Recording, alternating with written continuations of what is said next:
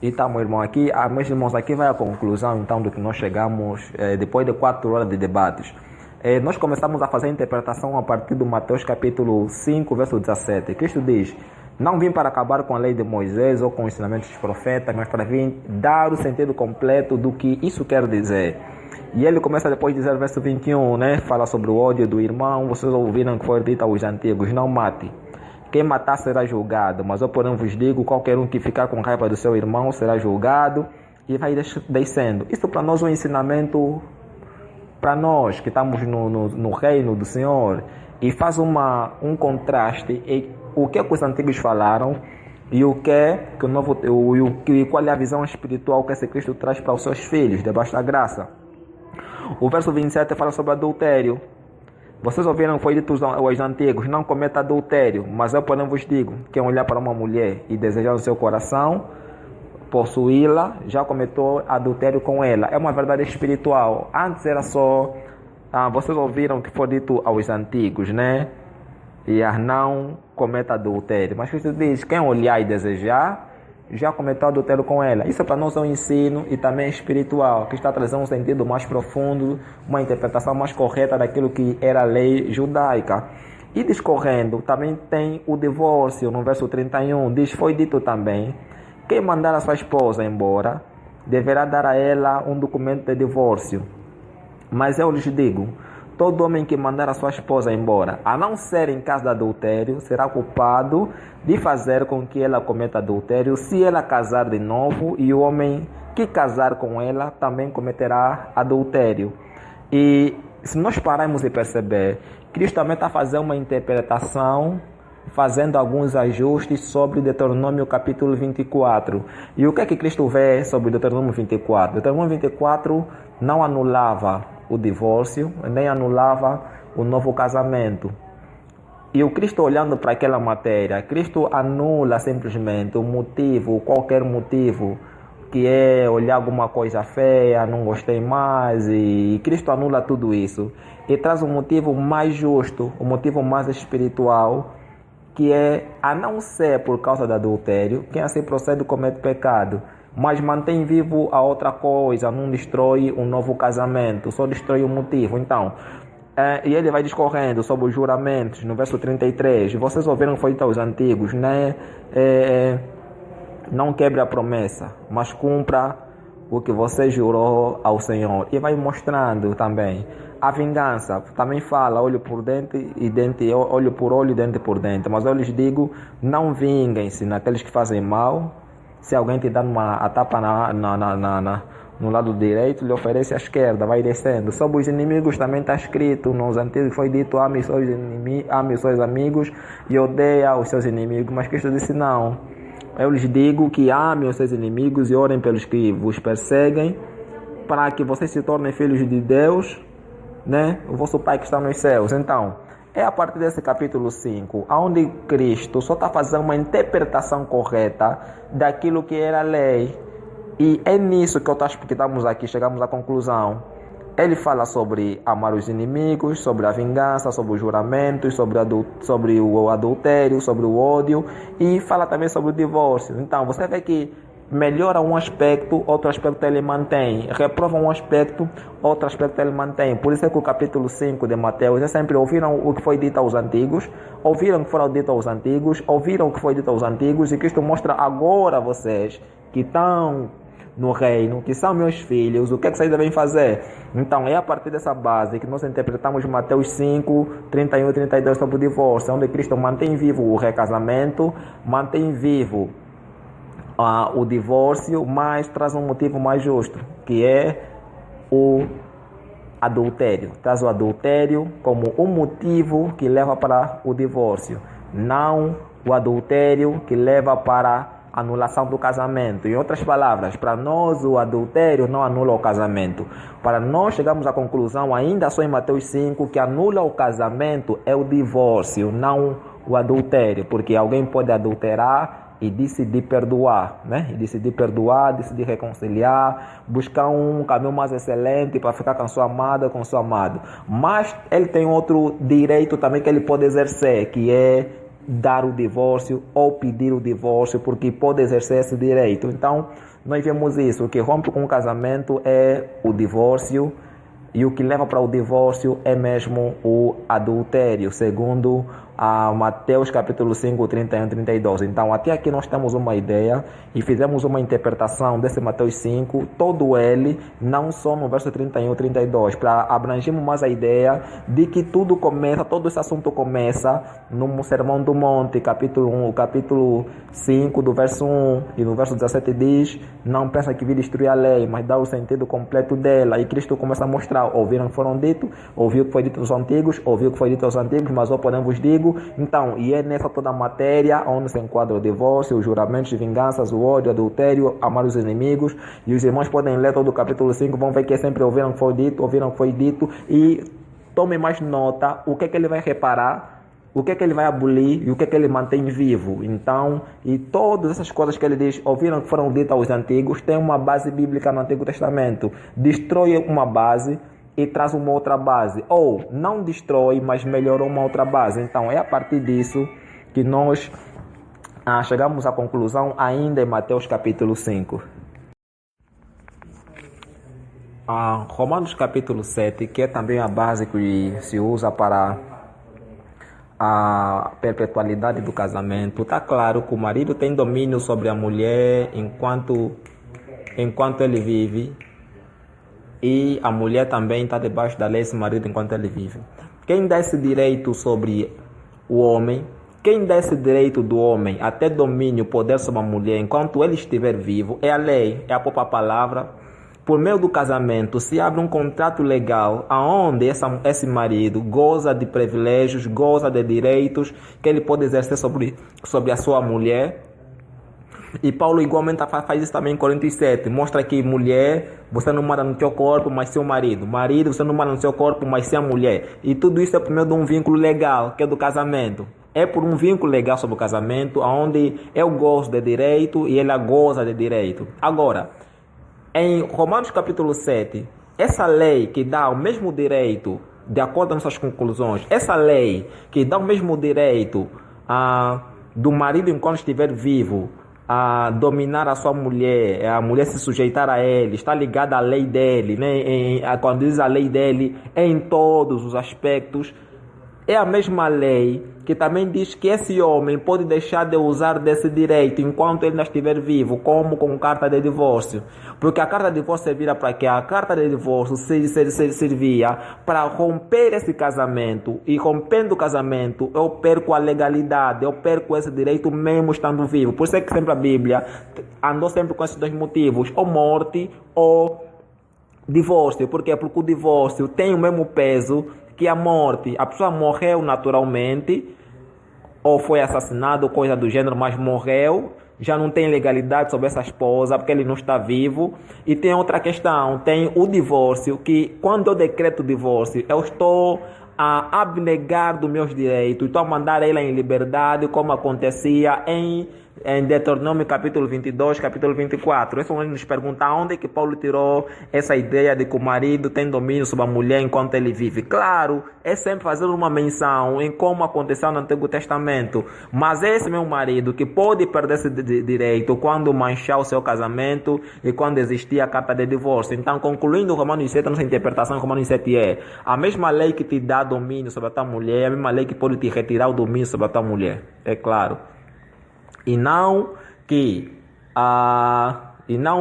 aquela ideia que alguns irmãos estavam a trazer, que eles estão separados por divórcio, mas ainda está sob o domínio do marido. Não é verdade. Por quê? Porque não há bases para afirmar que estão separados em divórcio, mas a mulher não está debaixo da lei do marido, porque o marido ainda vive. Então, por que o marido, se ainda tem direito, por que não se envolve com ela? Por que não lhe sustenta? Por que não cumpre seus deveres maritais? Porque já não estão juntos. Porque há uma lei que os separou e ele já não tem responsabilidade sobre ela, nem ela deve satisfação sobre o marido, porque estão separados legalmente pela lei. Então, a nossa conclusão também foi isso, foi que a carta de desquite tem o mesmo peso que a morte. A carta de desquite, o divórcio, tem o mesmo peso que a morte, o casamento te dá o quê? O casamento te dá o direito sobre a mulher. A mulher vai estar debaixo dessa lei do marido enquanto ele vive, por meio do casamento, mas manchando esse casamento, que é por causa do adultério, manchando esse casamento, eu ganho outro direito para exercer, que é desmanchando esse casamento e não tendo mais sobre debaixo dessa lei. Então, essa é uma interpretação tão clara de Romanos capítulo 7, e que, afinal de contas, esse direito pode se perder enquanto estiver vivo, que é por meio do adultério, que é por meio do divórcio. O divórcio surge por meio do adultério. Então, essa é a nossa interpretação a respeito desse aspecto. E se alguns irmãos pensarem, não pode, ele tem ainda direito sobre ele enquanto estiver vivo. Não, então se for assim eles pecam. Por quê? Porque a Bíblia só falou marido e mulher. E se é marido, então que cumpra as suas responsabilidades maritais, né? Não defrauda, sustenta a casa, carinha, sua esposa, seus filhos. Tem que fazer tudo isso se for marido, se não estiver debaixo da lei dele. Mas a verdade é que se ele dá divórcio, já não está debaixo da lei da mulher, a mulher não está debaixo da lei dele. Os dois podem ir em liberdade e não é pecado se eles não se ligarem, se eles não se sustentarem. Não há mais pecado a conjugar. Por quê? Porque já há um vínculo contratual que desmanchou isso. É só recorrermos em Deuteronômio capítulo 24 e em outros textos que afirmam sobre isso. E Paulo tinha ciência disso enquanto escrevia esse texto e não refutava esse texto, como Nosso Senhor também não fez. Nosso Senhor não refutou todo o Deuteronômio 24, antes porém deu uma interpretação melhor dela. E também Paulo a falar sobre Romanos 7 também só faz uma interpretação correta dela e não anulando todas as outras bases, pois quem fazia isso é no Senhor Jesus Cristo. Ouviste que foi dito aos antigos, ouviste que foi dito, ou porém vos digo, dando uma roupagem melhor, uma interpretação mais clara e espiritual, um sentido mais amplo sobre a matéria dos Antigo Testamento. Então, essa é a nossa interpretação sobre o Romanos capítulo 7, que ali não está a trazer uma questão de nunca pode se perder essa lei enquanto o marido estiver vivo, porque há outros textos que afirmam que pode perder enquanto ele estiver ainda vivo e legal para ele casar ou para ela casar com quem quer. Em Coríntios capítulo 7, nós temos que Paulo diz que tem um mandamento não meu, mas do Senhor, que a mulher não se separa do marido, e se separar fique então sem casar, e que o marido não procure se apartar da sua esposa. Paulo não diz que esse mandamento é dele. Paulo diz que esse mandamento é do Senhor. É do Senhor esse mandamento. E fazendo menção do Senhor, nós vamos recorrer ao que o Senhor falou. O Senhor falou em Mateus 5 e falou em Mateus 19. É exatamente as mesmas coisas que ele falou, dando a perceber que tanto Cristo e Paulo estão em congruência, estão no mesmo espírito, e Paulo não está falando uma outra coisa estranha. Não está falando uma outra coisa estranha. Então, para nós, uma irmã só pode mesmo se separar caso haja adultério e recasar. Mas agora, se for por qualquer outro motivo e ela se separar, então que não casa. Eu posso dizer assim, se ela se separar, não casa, mas procura se reconciliar. Não casa por quê? Não casa porque não há legalidade. O motivo que ele fez sair do casamento não é justo, então fica sem casar. Porque se ele a casar, ela comete adultério. É o que Cristo falou ali. É o que Cristo falou. Que a não ser por causa da prostituição, quem se separar e casar comete adultério. E quem casar com a repudiada também comete adultério. Então, as palavras de Cristo e do nosso apóstolo Paulo estão em perfeita harmonia. Que o homem não se separa da mulher. Se separar, fica sem casar. A questão é por quê? Interpretando Mateus 5, Mateus 19, é porque essa separação não é justa. Essa separação não é por meio do adultério, é uma separação por briga, é uma separação por outros motivos, a luta, a falta de alimento em casa, são outros motivos que para nós não são motivos para o divórcio e legalidade para casar. Mas se ela quer se separar, então pode se separar, mas pense uma coisa, o que ela deve pensar é não casa. Porque se casar com outra pessoa comete adultério. Então o que ela deve fazer? Procura se reconciliar com seu marido. Essa é a interpretação muito básica e clara do nosso apóstolo Paulo sobre o Coríntios capítulo 7. E ele avança também sobre os irmãos que casaram com descrentes. Ele mostra aqueles que já casaram com descrente, ele não deixa o descrente. O descrente querer viver não lhe deixa. Mas se esse descrente quiser ir embora, mostra que pode ir. O descrente pode ir. Você tem liberdade para fazer como você quer da tua própria vida e não se prender dentro dessa escravidão. Então, quanto o mandamento para os casados cristãos, os que lhes pode só separar é o adultério e da legalidade para o casamento. Mas para um cristão e uma descrente, Paulo não invoca só adultério. Paulo até invoca se ele quiser ir embora, por qualquer motivo, né? Gostou de uma outra esposa, está apaixonado por uma outra mundana. Se ele quer ir, ele pode ir, né? Ele pode ir. Esse pode ir não é tá esfriar a cabeça, brigaram, não, mas é pode ir mesmo de divórcio legal. Pode ir e se separarem. E ela tem legalidade de casar, que Deus não vai conjugar isso como pecado, embora o motivo não é adultério, o motivo é que ele é descrente e ele quer ir embora por um outro motivo, uma outra razão dele próprio. Então a mulher, esse rompimento, esse casamento é justo por um outro motivo, por ser com um descrente, mas com um crente o único motivo justo que nós vimos é o adultério e assim ela pode recasar. Então, essa é a interpretação mais clara, mais simples de Mateus de Coríntios capítulo 7, que em nada conflitua com as palavras de nosso Senhor, porque senão seria um engano falar que Paulo rebate as palavras de Cristo em Mateus 5 e as palavras de Mateus 19 de nosso Senhor, mas ele só faz uma interpretação daquilo que o nosso Senhor já falou. Que se é o mandamento do Senhor, que a mulher não se aparte do marido. Se apartar, que fique sem casar ou procura se reconciliar com seu marido. Claro, Cristo também falou isso. Cristo também ensinou sobre isso. Também nos ensinou que se não for por adultério, não é boa via se separar. Então, se separar, fique quem casar, porque há um risco de cometer pecado de adultério. Então, é exatamente o mesmo caminho que Paulo vai trilhar, e alguns só fazem uma interpretação muito errada sobre esse texto, dando a entender que aqui Paulo está falando dos 5, ou 4, ou 3, ou 7 princípios do casamento, mas não tem nada a ver. Paulo só interpreta as palavras do nosso Senhor Jesus Cristo, e esse é o caminho mais correto a se seguir. Paz.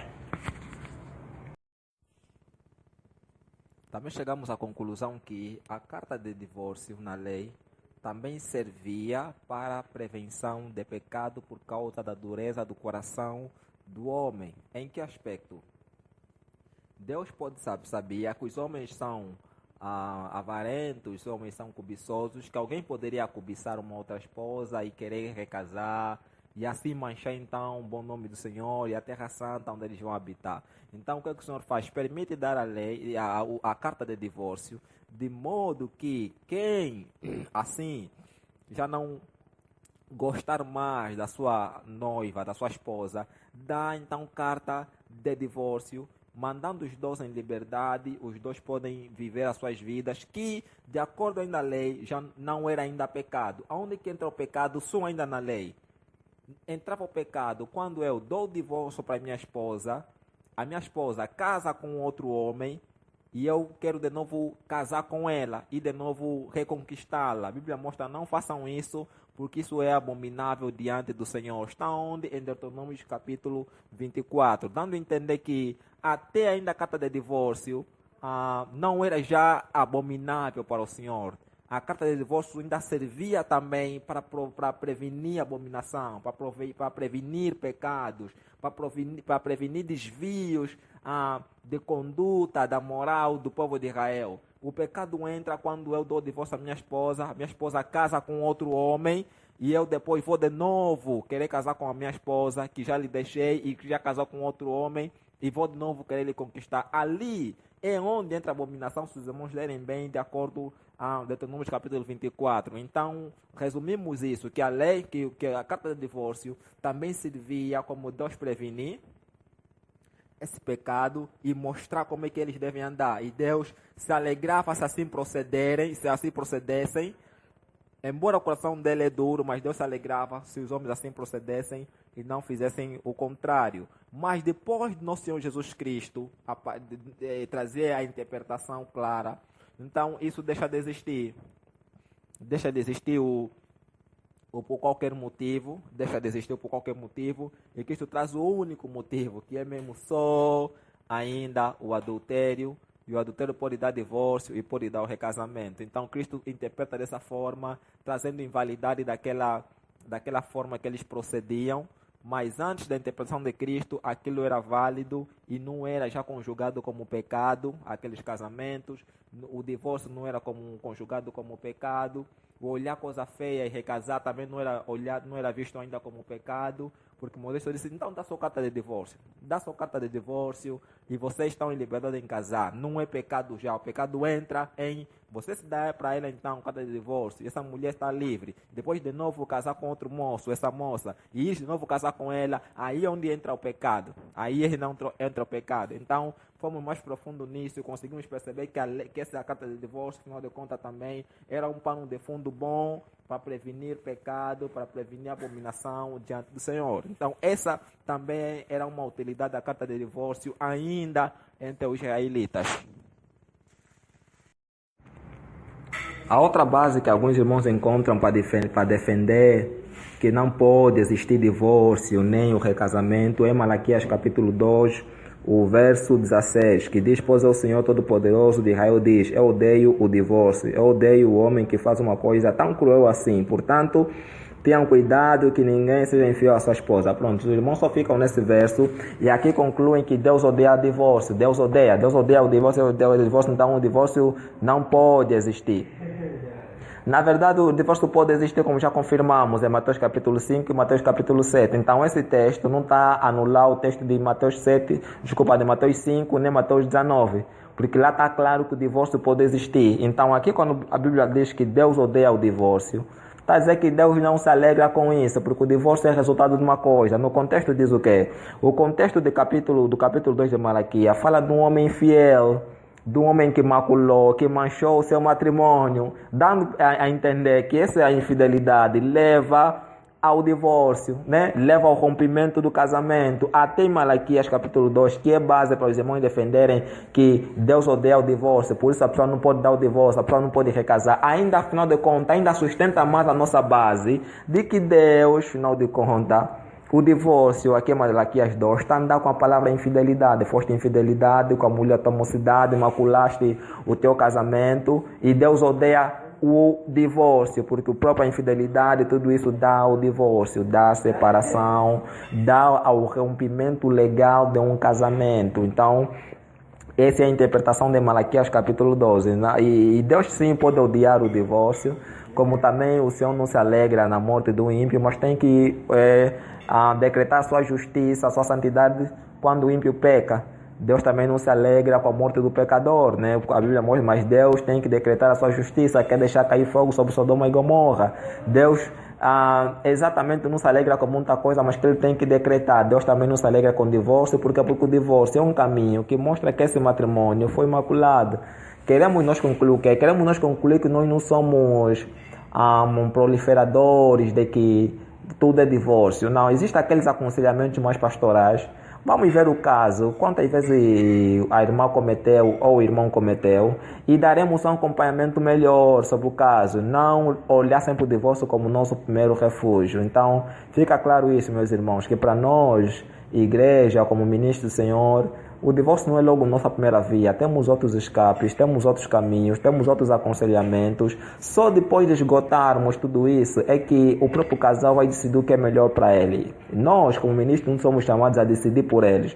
Somos chamados a mostrar a primeira opção e a segunda opção. E fruto das tentativas, das reconciliações que já tiveram no passado, as brigas e o número de vezes de erros que já foram acontecendo desse casamento, se for o adultério, eles são livres de decidir se podem continuar ou se podem romper. Então, nós não estamos aqui a criar uma linha de ter constantes divórcios na igreja, mas estamos a mostrar que é um caminho, um direito que esse crente pode exercer quando vê que esse casamento é imaculado. E isso só para concluir o quê? Só para concluir que quem mancha o seu casamento com adultério, é só para vocês perceberem que o adultério na lei dava o quê? Concluímos que o adultério na lei dava morte. O adultério na lei dava morte, mas hoje em Cristo, por quê? Porque morte, por quê? Morte porque mancha o casamento, belisca toda essa pureza e fidelidade que se pede ao casamento, porque ele se torna uma só carne. E, manchando isso, Cristo já não está a dizer que mata, que apedreja, mas Cristo está a dizer, se for por causa do adultério, então você tem direito de exercer o que é o direito, que é dar o divórcio, e cada um está livre para poder casar de novo e seguir com a sua vida. Cristo não te traz morto, mas que te traz o adultério. Te traz o adultério, pode separar e recasar. Para nós, para nós, mas para a lei era adultério, pode apedrejar até a morte, tá vendo? Então, essas são as nossas conclusões que nós ficamos com ele. Muitas outras coisas falamos, muita coisa, mas procuramos resumir a nossa conversa assentada sobre esses caminhos, e são caminhos mais excelentes. Qualquer irmão pode rebater, pode trazer, mas que seja mesmo fiel a fazer a interpretação dos textos e não ideias preconcebidas, mas fazer cada vez mais a interpretação clara do texto e não juntar vários textos e chegar numa única conclusão, mas pegar cada texto e deixar com que ele fala por si só e perceber como é que todos eles andam em harmonia. Todos eles andam em harmonia, nada está em conflito, todos os textos estão andando em harmonia. Então, e existe uma outra comparação que os irmãos fazem, Cristo e a igreja, né? Claro, a igreja vai ser, um irmão, um membro torna-se infiel, mas não a igreja, né? Um membro torna-se infiel, um membro peca, mas não a igreja. E claro, aquilo é mais uma prefiguração, uma ilustração, e não temos como tirar todos os pontos e ligá-los, tá a ver? Não temos como ligar todos os pontos e isso ser base para explicar sobre a questão do casamento marido e mulher. Então, pronto, é só você vermos que até quando Cristo vai buscar sobre o casamento, não casamento, busca mais as bases do Antigo Testamento e não sobre essas inferências sobre a igreja, embora ele faz isso em Efésios capítulo 5 e vai avançando. Mas nossas conclusões são essas, e que os irmãos saiam então abençoados e agraciados. Se houver um outro texto que tiver a fazer complicação, podem enviar. Um outro irmão que esteve aqui na sentada vai responder, se esse áudio não for esclarecedor, né? Meus irmãos, muita paz no Senhor. Então, continuando, nós temos o quê? Temos Mateus 19. A pergunta dos fariseus em Mateus 19 era: será que pela nossa lei um homem pode, por qualquer motivo, mandar a sua esposa embora? Jesus respondeu: por acaso vocês não leram o texto das Escrituras que diz: no começo o Criador os fez homem e mulher? E Deus disse: por isso o homem deixa o seu pai e a sua mãe para se unir com a sua mulher, e os dois se tornam uma só pessoa. Assim já não são duas, mas uma só. Portanto, ninguém separa o que Deus uniu. Então nós concluímos que isso é verdade, que ninguém separa o que Deus uniu. A nossa conclusão também mostrou isso, que ninguém pode separar o que Deus uniu. E os fariseus perguntaram: nesse caso, por que Moisés permitiu ao homem mandar a sua esposa embora e lhe dar um documento de divórcio? Né? É como se fosse: se ninguém pode separar o que Deus uniu, se Deus fez com que esse casamento seja eterno, não da eternidade dos céus, mas enquanto durarem aqui na terra, enquanto estiverem vivos, então por que Moisés disse para dar uma carta de divórcio? Cristo respondeu: Moisés deu essa permissão por causa da dureza dos vossos corações, mas no princípio da criação não era assim. Em outras palavras, mas no princípio, o desejo de Deus, o querer do Pai, não era com que esse casamento fosse dissolvido. O Pai queria que esse casamento fosse eterno, que esse casamento fosse duradouro, e no princípio faz menção ao Éden, né? Nesse caso estamos a falar propriamente de Adão e Eva, que no princípio não era assim, não era esse o plano, não era essa a ideia, e ali nós estamos a ver uma massa pura, não corrompida antes da queda. Então o projeto de Deus era mesmo assim, que esse casamento fosse intacto, esse casamento seguisse o seu rumo natural. É sempre a perspectiva do Pai. Mas tem um aspecto: Moisés permite dar a carta de desquite por causa da dureza do coração, por causa da dureza do coração. E Cristo diz, e Cristo avança: portanto, eu afirmo a vocês o seguinte: o homem que mandar a sua esposa embora, a não ser em caso de adultério, se tornará adúltero se casar com outra mulher. Então, essa base também está em Deuteronômio. Cristo em nada anula Deuteronômio 24 também. Embora invocando que no princípio esse não era o projeto de Deus, não era essa a perspectiva, mas por causa da dureza do coração dos homens, em outras palavras, por causa da falibilidade desse homem em se concentrar justamente nos mandamentos de Deus, que Deus quer que o casamento seja perfeito, seja para a vida toda enquanto durarem aqui na terra, eles não conseguiram cumprir esse mandamento. Então o homem tem um coração duro e a Bíblia mostra por causa desse coração duro. Então o Senhor abre uma permissão que é, se não se manterem firmes nesse caminho, então dá uma carta de divórcio, né, para se manterem livres e cada um seguir para a sua vida. Por isso é que Cristo mostra de novo o outro motivo. Cristo mostra a não ser, é uma exclusão, né? Em outras palavras, pode existir muitos motivos, mas se não for motivo de adultério, se essa pessoa não for por motivo de adultério, então esse motivo de expulsar a sua esposa, de dar o divórcio, não serve. E se essa mulher que foi tirada de casa com motivo não justo, se casar, comete adultério. E esse homem também comete adultério, porque o motivo não é justo. Agora, a contra-pergunta é, se o motivo for justo e eles casarem, não cometem adultério, por quê? Porque o que os separou é exatamente o divórcio que vem por meio do adultério. Estamos sempre a concluir aqui que o adultério não anula o casamento. O que anula o casamento é o divórcio por meio do adultério. Em outras palavras, eu posso adulterar, mas eu posso perdoar, eu posso ser perdoado, posso ser reconciliado. Os ministros da igreja podem ver um outro aspecto e conduzir esse caminho mais perfeitamente. Não que seja o adultério o único escape. Existem outros escapes, que é o perdão, que é a reconciliação, que é buscar os motivos do adultério e poder orientar melhor esse casal. Mas se não encontrarem essa saída, eles têm um direito que eles podem exercer, que é do divórcio. Então o divórcio vem para romper o casamento, para anular mesmo o casamento e dar liberdade. Por isso é que sempre estamos a fazer uma menção do que foi dito nos antigos, onde o divórcio era permitido e o recasamento era permitido. Agora, o que Cristo olha, o que é que Cristo olha? Olha que o divórcio é mau? Não. Olha que o segundo casamento é mau? Também não. O que é que Cristo olha? Cristo olha que esse motivo não é justo, não é um motivo agora que vocês devem aplicar. E Cristo traz o motivo do adultério. Se for por esse motivo, então é justo a separação, o divórcio é justo para romper com o casamento e é justo você casar de novo. Essa é a interpretação de Cristo de acordo com o texto de Mateus capítulo 19. Então nós chegamos também a essa conclusão.